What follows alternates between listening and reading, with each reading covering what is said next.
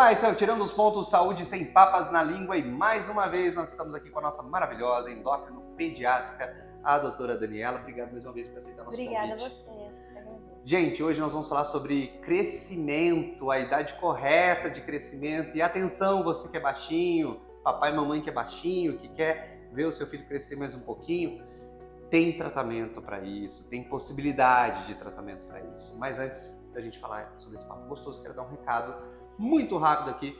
Grupo Ribeiro, Laboratório Viotti, São Geraldo, espalhados pelo sul de Minas, em Poços, no centro, no Hospital da Unimed ali de frente tem um, e também na Zona Sul, tem em Botelhos, tem próximo à Santa Casa, enfim. É só escolher uma unidade, ser muito bem atendido ali com toda a procedência do Grupo Ribeiro, Laboratório Viotti e São Geraldo. Vamos lá. Crescimento, doutora. Eu sou baixinho, gostaria que meu filho fosse um pouquinho maior. Tem possibilidade? Bom, vamos lá. Quando a gente pensa no crescimento, a gente não pode excluir a genética, né? Então eu falo que são alguns fatores. Ferrou, então? Não quer dizer que você não tivesse usado um hormônio de crescimento ou tivesse feito um tratamento, sua altura seria um pouco maior e a média dele seria um pouco maior também. Então assim, a gente não pode deixar a genética de lado, né? Então, o primeiro fator que influencia a altura é a genética. Depois disso, os fatores intrauterinos, tá? Então, quando a criança... Útero? Sim. Tem muito a ver os fatores intrauterinos. Da gravidez. Da gravidez. Então, uma gravidez que teve alguma complicação da placenta, pode fazer com que aquela que tenha mães tabagistas, álcool durante a gestação, drogas, algumas medicações também, ou doenças crônicas, interferem no crescimento intrauterino. Então a criança nasce com o que a gente chama de PIG, pequeno para a idade gestacional. Essa criança que nasce pequena, ela já tem uma tendência futura a ser menor, tá? Ela tem até Mas pode acontecer sem o uso de drogas. Pode acontecer por doenças maternas, tem muitas causas da criança. Os baixinhos já vão lá bater na mãe. Não, mãe, você usou droga. Não. Muitas vezes nem se descobre por que aquela criança foi PIG. A gente nunca vai saber. Mas a criança pequena para a idade gestacional, ela tem até os 3 para 4 anos de idade para fazer um aumento na velocidade de crescimento para recuperar e entrar na média das outras meninas, tá? Das outras crianças. Mais ou menos 10% dos PIGs não fazem essa recuperação, que a gente chama de catch-up, tá? Então, é esse aumento da velocidade de crescimento.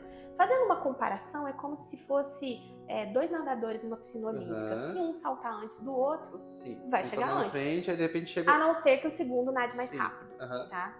Então, essa é a ideia. Eles têm até os 4 anos de idade para crescer mais do que a média das outras crianças para fazer essa recuperação. E 10% não fazem isso e acabam crescendo numa boa velocidade, mas sempre ali embaixo do gráfico. Que muitas vezes é a queixa. Eu passo com um pediatra, eu tô sempre crescendo, né? Meu filho sempre cresce, mas cresce ali abaixo da linha. Então nós temos ali 3 linhas, né, nesse gráfico. Uma linha que seria abaixo da média, a média e acima da média. Então, abaixo da média. Aí depois disso, depois que essa criança nasceu, vem os fatores externos. Então, o que seriam os fatores externos? A nutrição dessa criança, doenças da própria criança. Então, a gente sabe, por exemplo, que uma criança que tem uma alteração renal, doenças ósseas... Antibiótico pode atrapalhar o crescimento? Se for uso muito contínuo. Uma rinite que persiste, fica dando antibiótico, uma sinusite. Aquelas crianças asmáticas que estão sempre usando corticoide, que estão sempre usando antibiótico. Isso atrapalha o crescimento. Atrapalha o crescimento pela própria doença crônica de base dela, né? Então, doenças que essa criança tenha, falta de atividade física e de estímulo também atrapalha o crescimento. Então, a gente tem que ver o meio ambiente. E depois disso, a gente vai pensar na parte hormonal.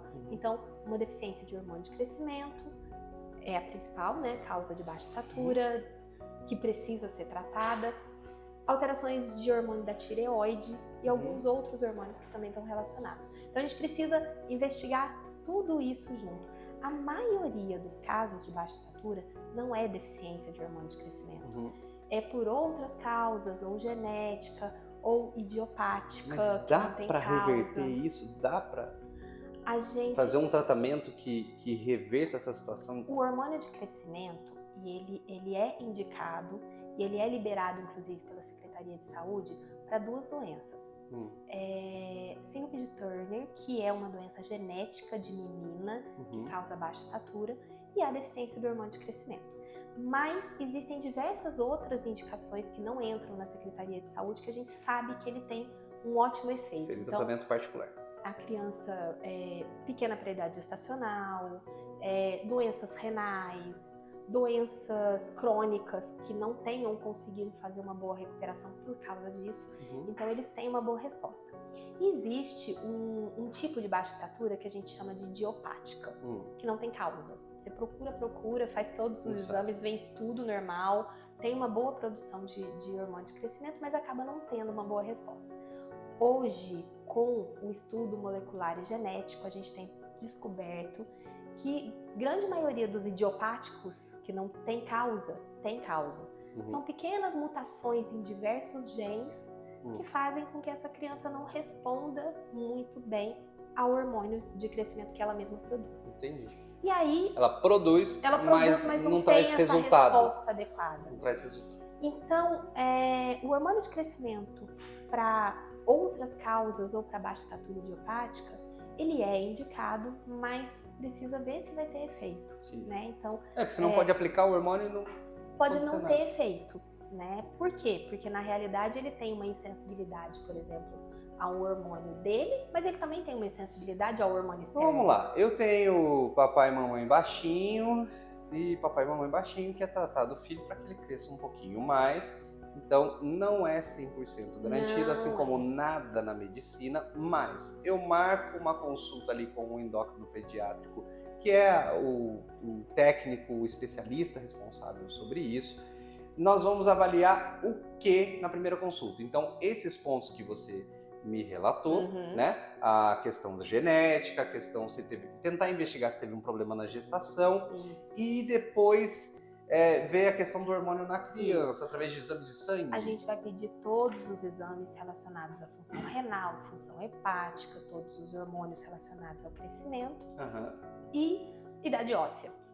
Raio-X. Raio-X da mão esquerda. Da mão esquerda.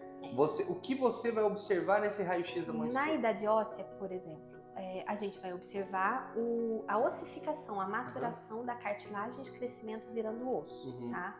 Então, por exemplo, existem muitos casos que a gente chama de retardo constitucional de crescimento e puberdade. Traduz. O que é isso?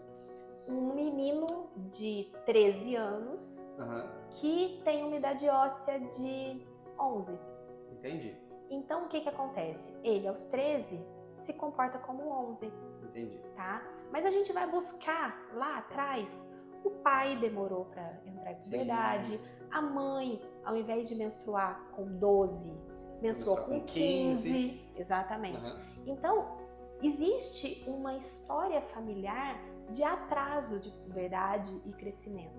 E o menino só vai fazer o estirão do crescimento com 13 anos de idade óssea. Esse atraso atrapalha o crescimento? Não. Não porque atrapalha. o que vai acontecer? Ele vai atrasar o estirão, mas ele vai fazer o estirão. Vai exatamente. Então, muitas vezes, a gente tem que ter um pouco de paciência, sabe? Dá aquela ansiedade, não, mas vamos tratar logo, principalmente uma ansiedade do lado dos pais. Mas muitas vezes não tem necessidade. Se você tiver, espera um pouco, vê como é que está sendo aquela velocidade de crescimento, tem espaço para crescer, então dá tranquilo para acompanhar. Outros não. Tem outros casos que precisa tratar logo, senão perde o timing. Quais são os casos? Um PIG, por exemplo. Então, uma criança que foi pequena para a idade óssea, ela nunca vai ter um estirão. Na hora que ela chega no estirão, muitas vezes ela avança a idade óssea. Não tem muito um porquê disso acontecer. Ela avança? Como assim? Ela vinha acompanhando com uma idade óssea atrasada e, de repente, quando ela chega na pré-puberdade, a idade óssea avança. E aí acaba não fazendo o estirão adequado. Então, por isso que é tão importante fazer esse acompanhamento do crescimento, fazer idade Então, óssea. então, a idade óssea dela de 10 salta para 13, 15, sem crescer. Sem ter o estirão. Entendi. Isso pode acontecer. Entendi. Então, assim, e vamos lá. Bom, beleza. Tá. Sem ser uma exceção, quero que meu filho seja 5 centímetros mais alto que eu ou 10 centímetros mais alto. Quero fazer esse tratamento nele. Existe isso? Existe. Existe. Não existe garantia de que vai conseguir esses 5 centímetros. Como que eu faço? O hormônio de crescimento. Aí a gente fez os exames, mesmo que olhou lá que o estirão ainda não aconteceu. A gente, então, assim, dentro da ética, a gente vai esperar o estirão acontecer. A gente tem que avaliar caso a caso, John. O crescimento é muito individualizado, né? Então, assim, por exemplo, você começou a perceber que aquele menino que tinha uma idade óssea atrasada, por exemplo, começa a avançar a idade óssea e não está acompanhando no crescimento, ele tem uma indicação do uso do hormônio de crescimento para a gente ver como que vai ser essa resposta, tá? O hormônio de crescimento, ele é... A gente fala menino, mas é menino ou menina, menino né? ou menina, sim. O hormônio de crescimento que a gente fala, ele é uma forma sintética do hormônio de crescimento que é produzido pela hipófise, tá? Ele é de aplicação subcutânea, todos os dias, como se fosse uma insulina, só que aplica uma vez à noite, tá? E o objetivo dele é justamente isso, aumentar a velocidade de crescimento. Mas o quanto ele vai aumentar vai depender de caso a caso. Entendi. Entendeu? Então, dentro do estirão que ele tem, ele vai conseguir crescer mais do que ele cresceria. Isso. Teoricamente. É uma tentativa. Isso. A gente pode fazer uma tentativa de 6 meses, tá? Mas o que dentro dessa tentativa... gente, na medicina a gente nunca pode garantir resultado. Não dá pra garantir tudo. Mas assim, dentro dos casos que você tratou, você viu um resultado legal?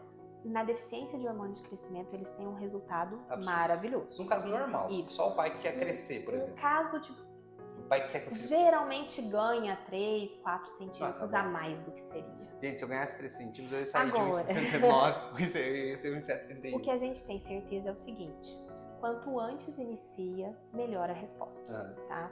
Então, a idade óssea é um fechamento do espaço para crescer. Então, muitas vezes, Qual é a idade para fazer o tratamento? Na menina, a resposta é antes de 14 anos de idade óssea. Antes de 13 anos de idade dá óssea, tempo. No menino, antes de 14. Antes de 14. Aí a gente consegue ter uma resposta. Então, o hormônio de crescimento, ele, quanto antes iniciar o tratamento, por conta do espaço que tem para crescer, o espaço para agir, melhor é a resposta. Quando deixa mais para frente ali nos últimos minutos do segundo tempo, aí já fica mais difícil. É o HCG? Não. O hormônio de crescimento é qual? Seria o... É o GH. O GH. Isso, é somatropina o nome. Seria o GH. Acontece de crescer mão e pé desproporcional? Quando a idade óssea já fechou. Entendi. Aí vai crescer ele começa mão a e agir pé. outras cartilagens. Entendi. Cartilagens de mandíbula, cartilagens de orelha, cartilagens de mão. Então pode acontecer raro, porque a gente nunca trata quando já fechou. Não faz esse tratamento. Exatamente. Não, é porque às vezes tem alguns malucos aí em academia, a gente sabe que utiliza esses coisas, porque o hormônio de crescimento ele emagrece, gente. Ele é anabolizante. Ele emagrece. Então, assim, tem a indicação correta. Doutora, falamos tudo, né? Eu acho que sim. A ideia do crescimento, né, eu acho que sim, tem que ser avaliado individualmente, né? A gente tem, infelizmente, uma ilusão de que tenha que ter este crescimento a mais, né? A sociedade hoje acaba exigindo isso das crianças, então a gente tem que ver que tem que estar proporcional, tem que estar crescendo numa boa velocidade. Se a gente perceber que realmente vai ficar baixo, vale a pena tentar, né? Mas sem pensar que possa trazer algum prejuízo para a criança. Tirando os pontos de saúde sem papas na língua. Obrigado.